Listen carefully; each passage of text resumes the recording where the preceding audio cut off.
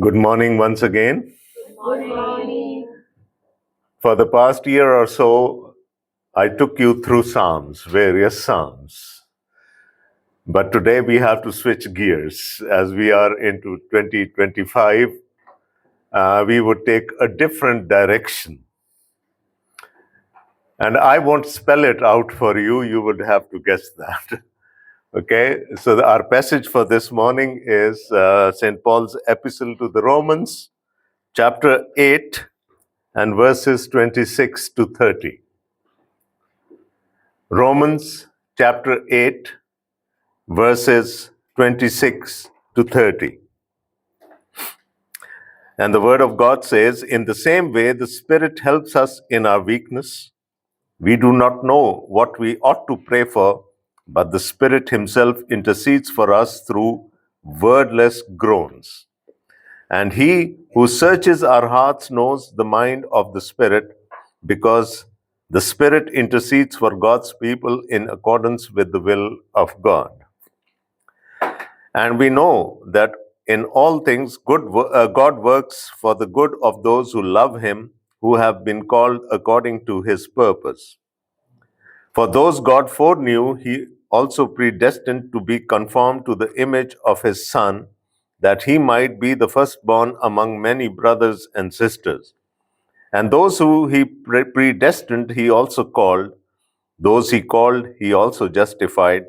Those He justified, He also glorified." Amen. Amen.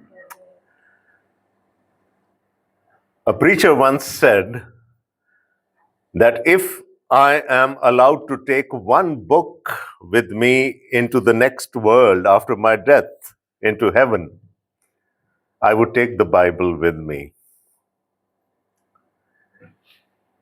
And he said that if I am to choose from the Bible one book, then I would take the epistle to the Romans with me. And if I am asked to choose from the book of Romans, I would take chapter 8 with me. This is the chapter. This is so rich a chapter. This is so full of theology. If you want to know Christianity, you have to go through chapter 8. It tells you everything. Rather, the whole book of Romans is so rich in its teaching, and it had impacted the lives of great people.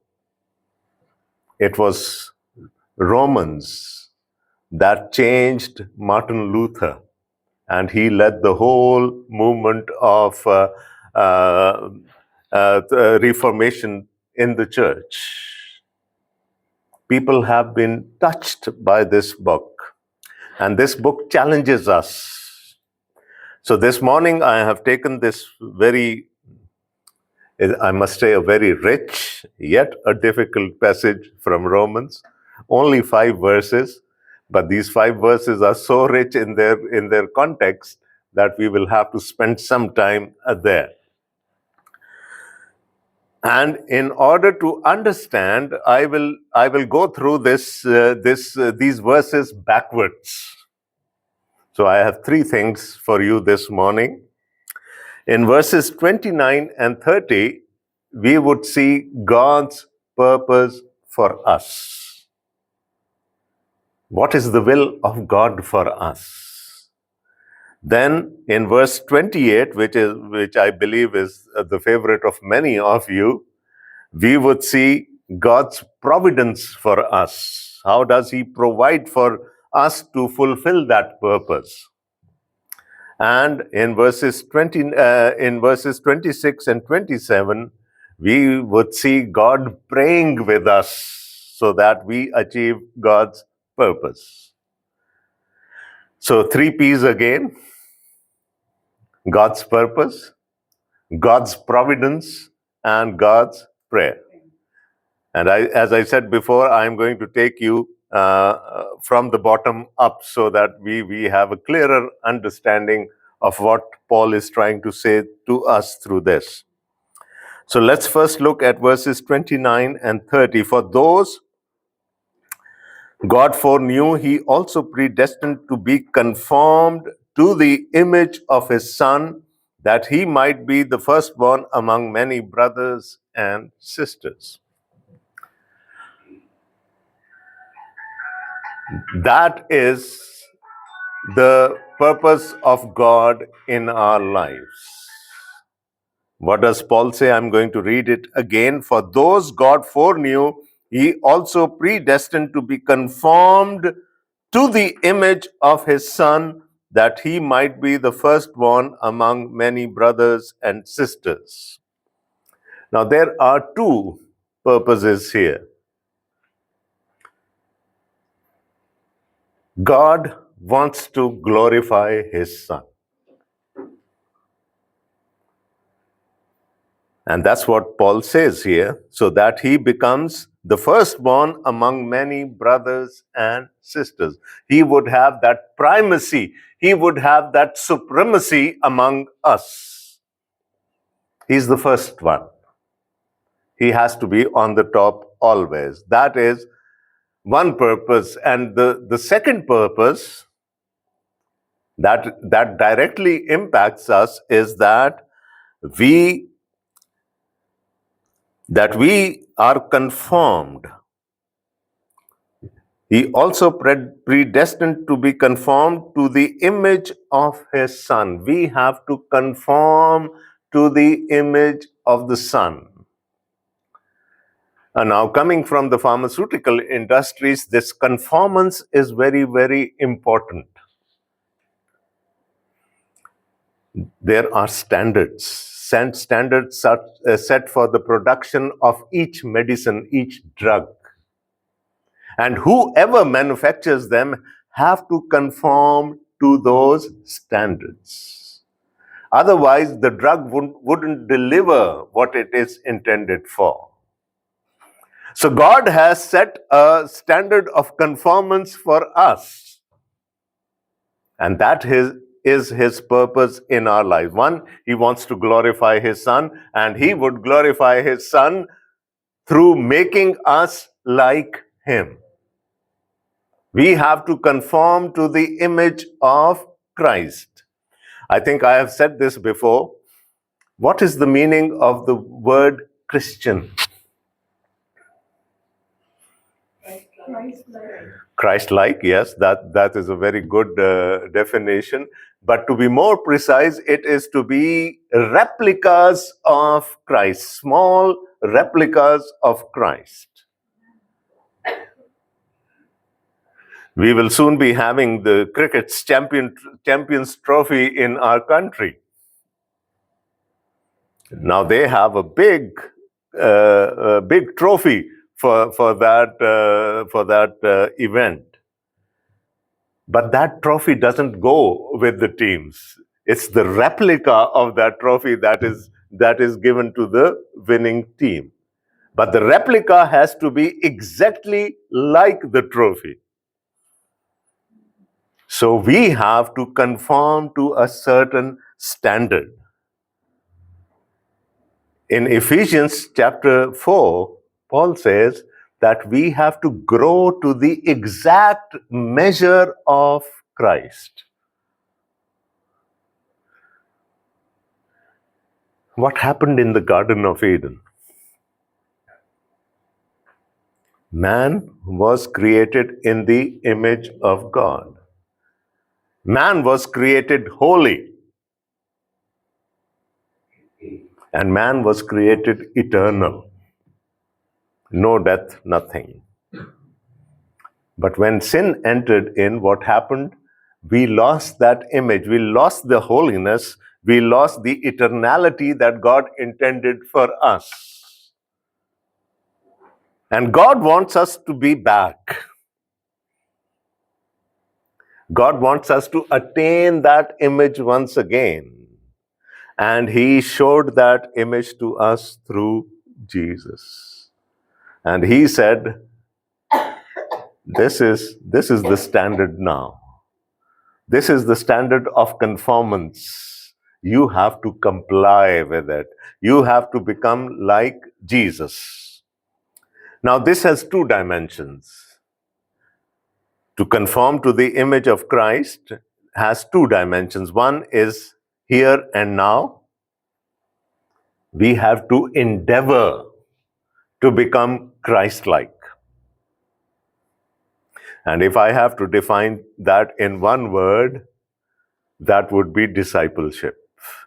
We have to become disciples of the Lord Jesus Christ to become like him. So a disciple is a replica of Jesus. A disciple is one who conforms himself to the image of Christ. But that would not be attained overnight. It's not something very, very simple.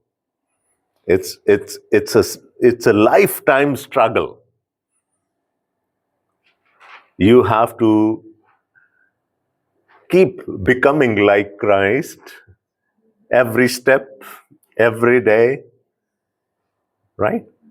So it's not, you would fall. You would again be tempted and you might fall. But then you don't leave yourself lying there. You have to get up and start the same journey again. So there would be failures on the way. There would be disappointments on the way. But the goal is that we have to become Christ-like.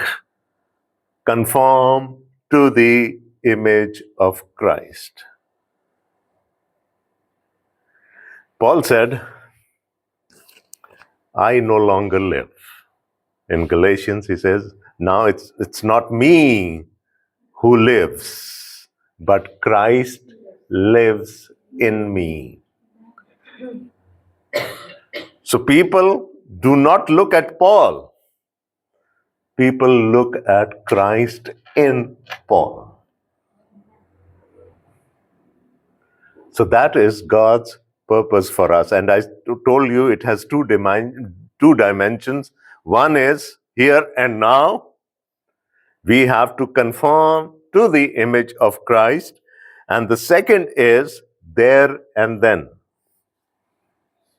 If we read through verse 30, rather I would take you through verse 29 once again. For those God foreknew, he also predestined to be conformed to the image of his Son, that he might be the firstborn among many brothers and sisters. And those he predestined, he also called. Those he called, he also justified. Those he justified, he also glorified. I believe we have talked about this earlier as well, that our salvation does not end with this life. If I say I am saved, what I am saying is I am justified. Yeah, that is the first step to our salvation. When we accept the Lord Jesus Christ in our lives and we attain the forgiveness of our sins through his blood, we are justified. And what is justification? If we look at Romans 8 and verse 1, therefore there is now no condemnation for those who are in Christ Jesus. Justification means that the punishment of sin has been taken away from us. It doesn't mean that we are sinners no longer, right? We are justified. The penalty of sin is taken away. In the Reformed theology, we talk about the presence of sin, the power of sin, and the penalty of sin. The presence of sin, is there sin around us? Is there sin in us? Yes. Sin is very much present, although we have been justified. Is sin powerful? Yes. with all the forces of the demon of the Satan behind it. It's very powerful. It has the capacity to entangle us anywhere, anytime. So the power of sin, so the presence of sin and the power of sin are there. But through justification, God takes away the penalty of sin from us. Is that clear? Sin would be there. Sin would still be powerful, but God says, you are forgiven. You will not be punished for your sin through what my son did on Calvary.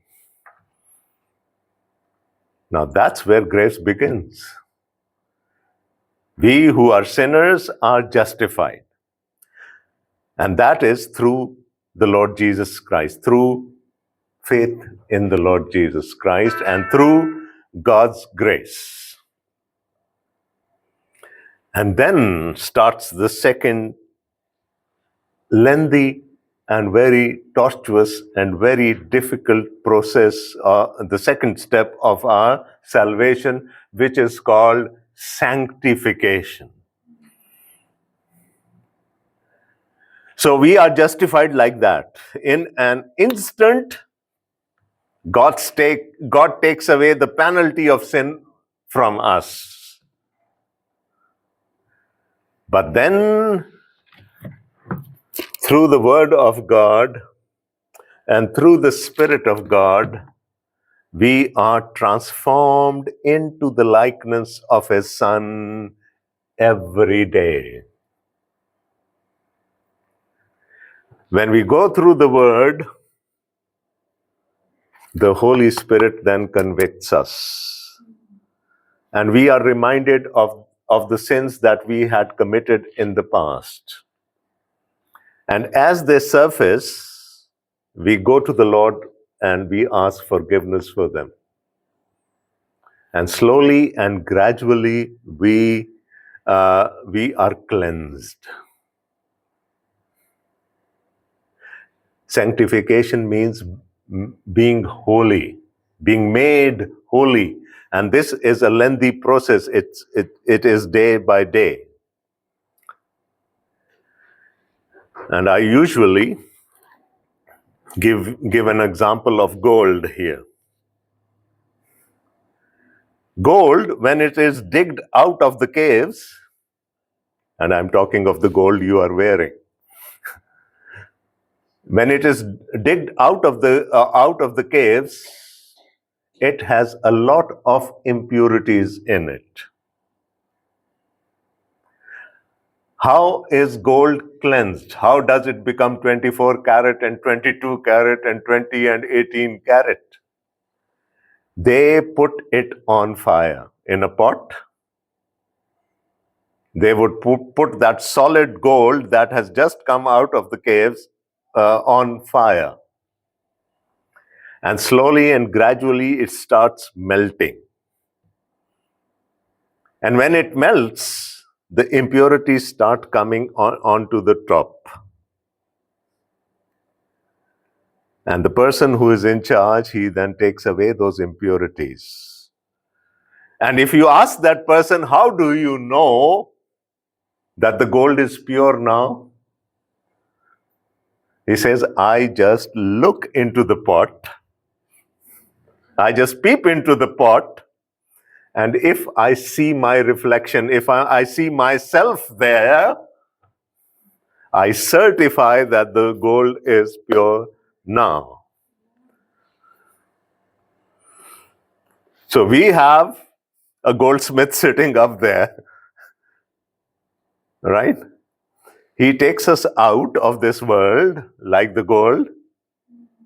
He puts us into a pan and he lets the heat on. And as we melt, what happens?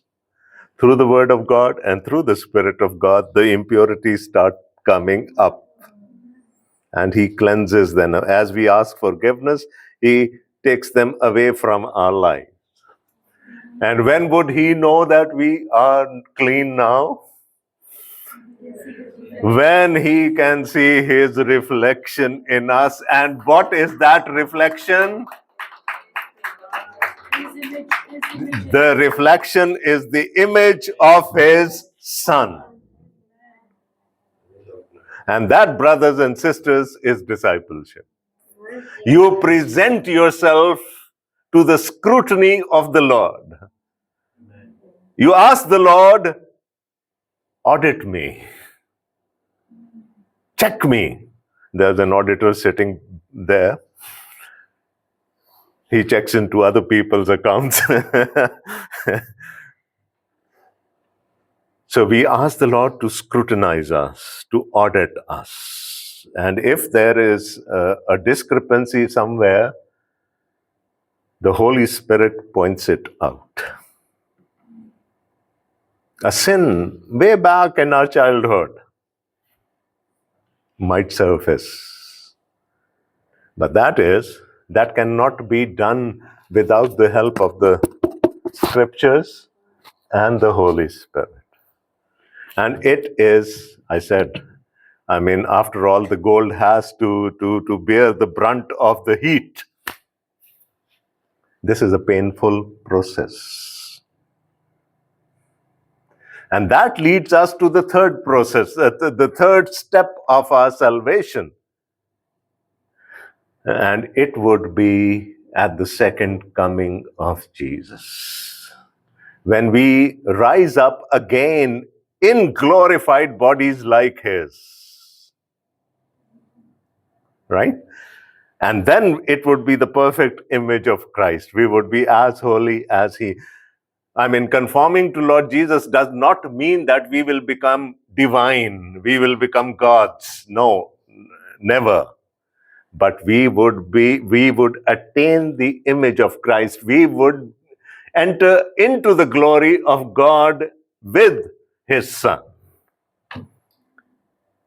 So, conformance or conformity to the image of Christ, I said it has two dimensions. One is here in this life, when we are sanctified throughout our life. Once we are justified, then we present ourselves to the Lord to be sanctified. And it is painful. You may have to go through trials and tribulations. We are slow learners, brothers and sisters. Slow learners. God then puts us through, he just jacks up the heat a little for us. He takes us through trials, through tribulations, through sufferings, and slowly and gradually the filth comes up and it is taken care of. So we are being asked to conform to the image of Christ in this life. And if we are being sanctified today, we are blessed, because then we would attain the final conformance to his image when we rise up in glorified bodies. What happens when we die today? Our bodies go into the grave, our spirits go up to the Lord. But salvation means the saving of the bodies. We would rise up with the same bodies, but they would be glorified as Jesus. So he would be the firstborn. He was the first one to rise up from the dead and have a glorified body. So he would be the first one. He would be the firstborn. And we would be small replicas of him. We would be like him. So are you clear on the purpose that God has for us in this life? And the fruit would come in the life hereafter. If we endeavor to attain the image of Christ in this world, we would rise up in a glorified body with him, and he will take us, then lead us into his kingdom. So that is the purpose of God for us. Clear? So let's then go to our second point here, and that is God's providence. Who loves Romans 8:28? Many people, and most of you would have memorized it. And if you haven't, do it. Right? We love this verse, don't we? Because it's so good. And we know that in all things God works for the good of those who love him, who have been called according to his purpose. Now, before I go into this verse, there was a word used in the previous verses, and that was predestination. He predestined. Now, it is a subject in itself. I cannot explain it in half a sermon. Right? So probably sometime I would take you through what predestination is. But for the time being, just concentrate on verse 29, which says, "For those God foreknew." Predestination is foreknowledge. God knows everything. He knew in eternity who would accept his son in their lives. And for those, he has now justification, sanctification, and glorification. If we have come to Christ, we have already been justified. If we have been justified, we must be going through the process of sanctification now. And if we are sanctified, then of course we can then hope for glory. We can hope for glorification. Now coming back to verse 28, and we know that in all things God works for the good of those who love him, who have been called according to his purpose. Now this is what I call God's providence for us. His purpose is very clear, and it is he who pushes us. It is he who takes us to be like Jesus. And then he provides for that as well. Now, what do we, I'm sure most of us would interpret this verse in a very different way. And then what I'm going to tell you today, I'm not saying any interpretation is wrong or right, but I'm going to give you a newer perspective on this verse this morning. What is good? It says God works everything for the good of the ones who love him. How would you define this goodness? Anyone? What is good for us? Prosperity? Success? I knew this would come up.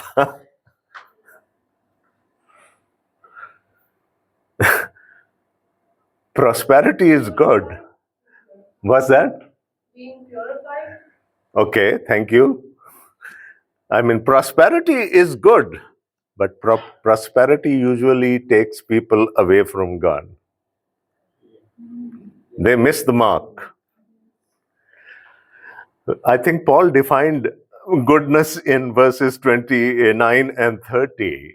Goodness is conformance to the image of Christ. Goodness is glory at the end. Goodness is not worldly success. Usually we take this verse out of context and we say, oh, we need to rejoice because everything would be good for us. Paul is not saying that. Paul is saying the purpose of God in your life is that you become like Christ. And if you become like Christ, you will be glorified like him. And for that, if you define goodness in those terms, for that, God does everything. Like he has given us his word. And we have to read through this. It is God talking to us. And not only that, he has given himself to us. He has given his spirit that lives within us. And these two things, these two divine agents, then ensure that we are on the correct path, that we are being sanctified. What about trials and tribulations? What about suffering? It is also working for our good because it is taking us in the right direction. If you look at chapter 8 and verse 18, what does it say here? I consider that our present sufferings are not worth comparing with the glory that will be revealed in us. That is suffering, my friends. And once we are facing a trial, or if we are going through a tribulation or suffering, it seems gigantic to us. It seems big. And Paul says, don't worry. The glory that you are going to get is uncomparable. You cannot compare it to the sufferings that you have to go through here. The glory will be far greater. The glory will be far greater than the sufferings that we go through.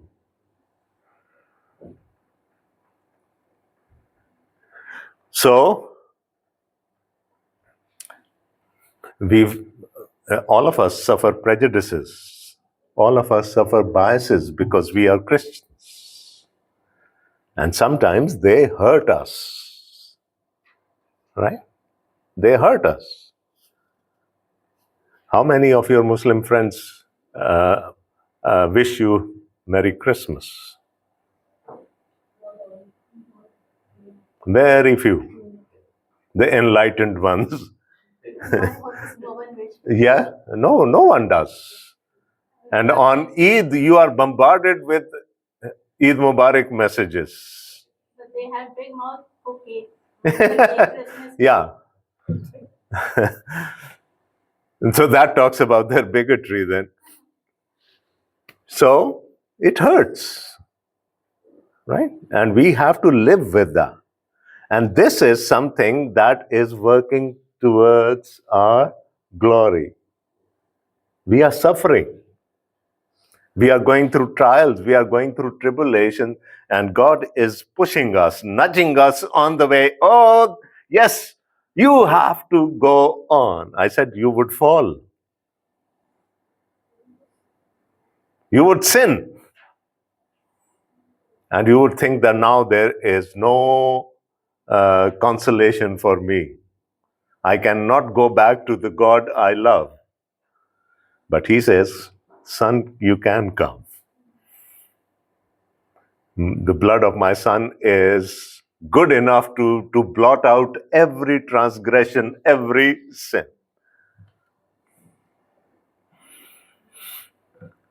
And what's happening there? God is trying to push you on. The only thing is not to run away from trials, not to run away from sufferings. And if you are not suffering, it means something is wrong. Something is wrong there. And I will give you an example of that a little later. So, What is good then? Good is the ultimate goal of conformance to the image of Christ, and beyond that, glorification. Does God want us to be glorified? Yes, He does. Does He want to glorify His Son through us? Yes, He does. And He, slowly and gently, He is pushing us, nudging us along. Oh, my son, my daughter, you can do it. Get up. And that's God's providence. But there are two preconditions mentioned here. One is for those who love God. Everything works for the good of those who love God. That is condition number one. And how do we love God? How can I say I love God? Okay. But Jesus said in John chapter 15, if you love me, you will obey my commands. You will follow me. Yeah, obedience. Exactly. If you love me, you will follow my commands. So if we are following God's commands, then it means we love Him. And if we love Him, everything would work out for the good of us. And the second is who have been called according to the purpose of God. The purpose of God in our lives is very clear to us now, right? If we are fulfilling that purpose, if we are treading along the way of sanctification, then everything would work for the good of us. Otherwise, if we come to church every Sunday, if we sing hymns at the loudest we can, if we pray in the church, if we are blessed by the messages and we say, oh, everything is working for the good of me, that's not the case. You have to be on the right path. And that path is not a bed of roses. That path is difficult. That path is tortuous. And that is the purpose of God in our lives. So if we are walking on the right path, then everything, may it be prosperity, may it be success, may it be trials, may it be tribulations, may it be suffering, everything will then push us in the right direction.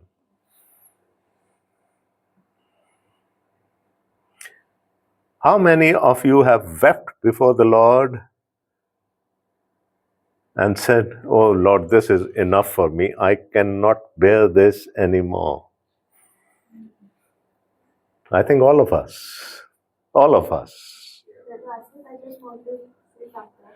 That recently now all of my team members, my office people, they are Muslim, and whatever in Israel is happening, so they all know that they are against Israel. So now there are so many people they talk about Israel that this week only one of my team member he said that Christian की तरह हम नहीं है. So I heard that. I was quiet. And after that, one more Shia, he came, they are kafir. Yes. In front of me, they said, I went and I told, please don't talk against Christian or any religions. I beg of you. But that is what exactly Paul is saying here. We will have to face these challenges. We will have to go through these things. And only then we are being sanctified. We are being cleansed. You see, Jesus was in the image of God. John tells us. Did he have to suffer? He did. And so we will be, and I will be quoting an example from the scriptures in a little while. So, what is good? the purpose of God, the conformance to the image of Christ, right? And glory at the end. And God helps us. He provides, we can see His providence in our lives. He provides so that His purpose in our lives is fulfilled. Now let's go to the third point. I can see you are enjoying it. Let's go to the third point, and that is God's prayer for us, verses 26 and 27. In the same way, the Spirit helps us in our weakness. We do not know what we ought to pray for, but the Spirit Himself intercedes for us through wordless groans. And He who searches our hearts knows the mind of the Spirit, because the Spirit intercedes for God's people in accordance with the will of God.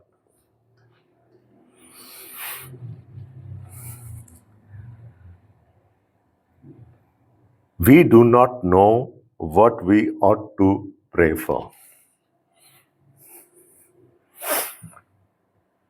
Do we?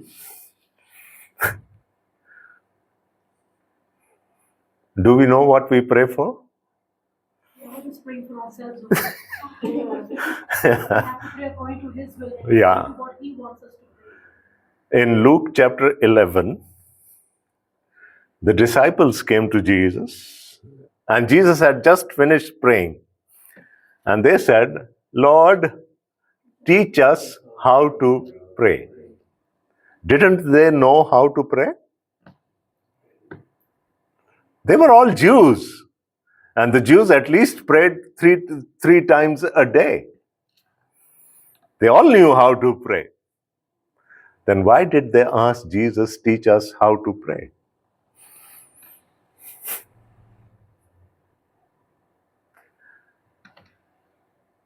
What they really meant was, teach us to pray like you. Your prayer is different. You call God your Father. You pray directly to Him. We don't know how to pray like you. So teach us to pray like you. And then Jesus taught them the Lord's Prayer. I will take you through the Lord's Prayer somewhere during this year. But the Lord's Prayer starts with, hallowed be your name. Your kingdom come. Your will be done on earth as it is in heaven. It starts with you, you, you. And our prayers start with me, me, me. Right? Now, what is God's purpose in our lives? So that we become like Christ. And we be glorified at the end of the journey. Right? And we pray, oh, Lord, give me a bigger house to live in. Oh, this small, maybe a 32-inch television does not work for me anymore. I want a bigger television. I want an SUV now. I have driven sedans for a long time now. Would all these things take us towards our goal? They might take us away from our goal. Right? Everyday experiences. Paul was confused at one time in his life. Let's look at Philippians chapter 1. And I'm reading from verse 22.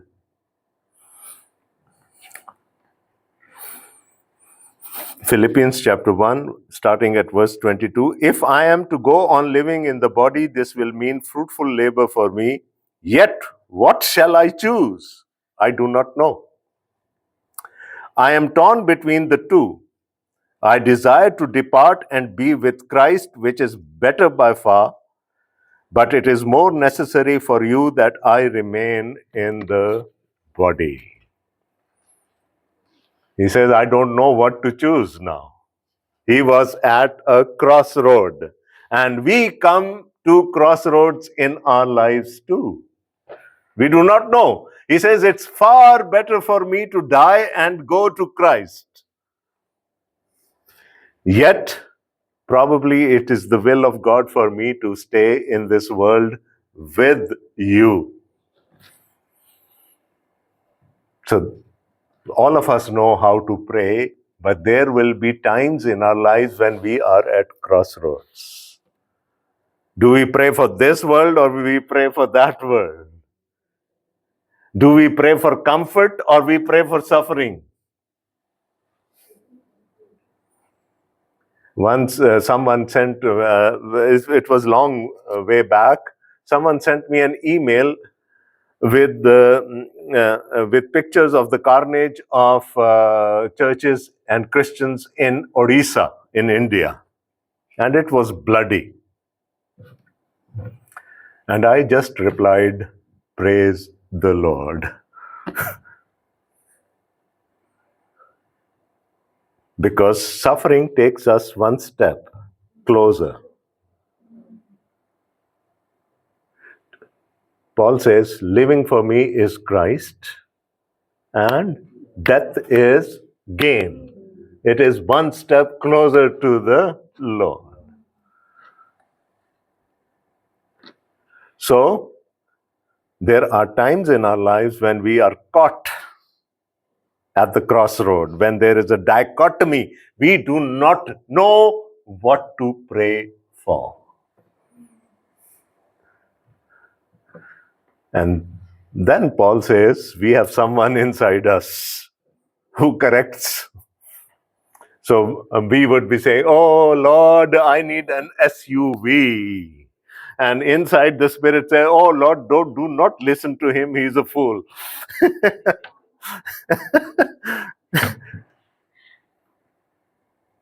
Right?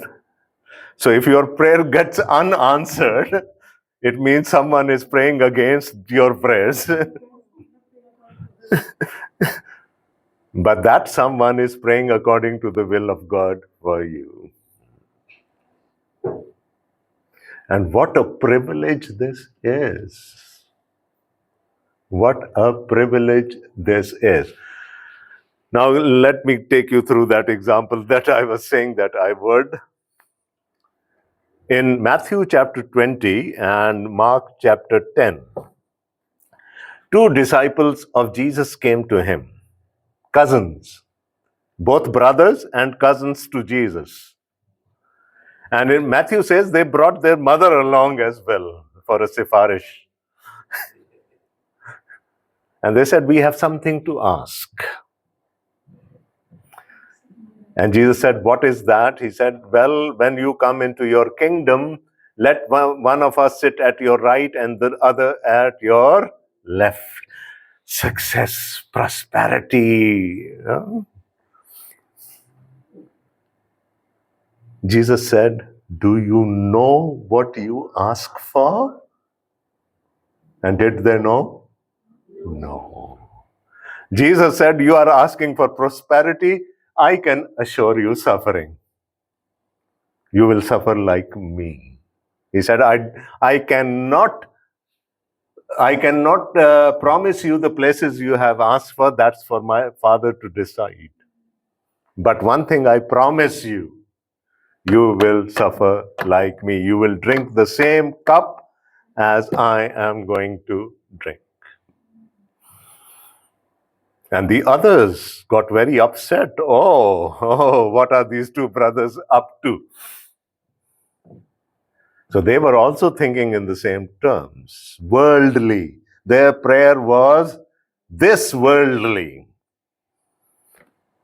Jesus said, you will get glory in the other world, in the life hereafter. Don't lose that. at the cost of something that you want in this world.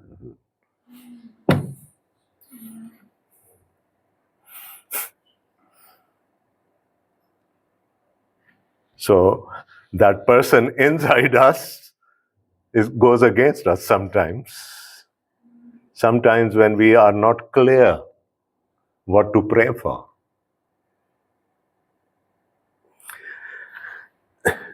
One of the pastors in Lahore that I know, he had a government job, and he was also pastoring a church there, and I go to the church and preach there every time I am in Lahore. A God-loving church. And he was suspended. He lost his job in a way. And he called me up. And he said, please pray for me that I should regain my job. I said, I would. After a while, after a few days, I called him up and I said, did you get your job back? He said, no. I said, this is the time for you to pray now. Ask for God's guidance. Maybe He wants you to be a full-time pastor rather than a part-time pastor. So this is the time you need to seek God's will.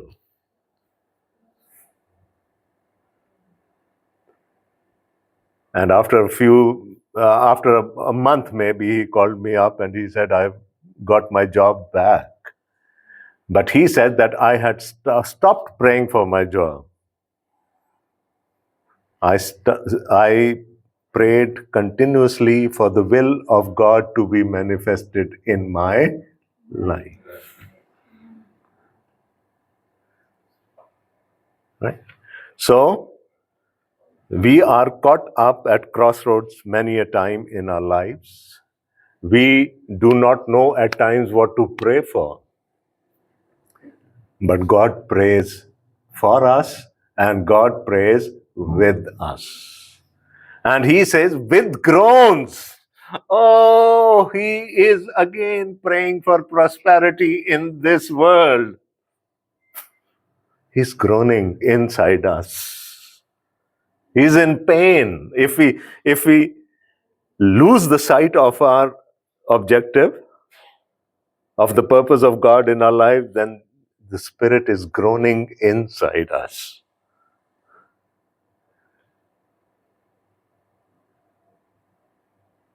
So, that's, for me, it is a big help. My prayer wouldn't be according to God's will every time. A leper, Mark chapter 1, a leper came to Jesus and he begged him. He got onto his knees, he begged, Lord, I want to be cleansed. And Jesus said, I also want you to be cleansed. What happened here? The will of the leper and the will of God combined together. And such prayers are answered immediately. If we pray according to the will of God, it will be answered immediately.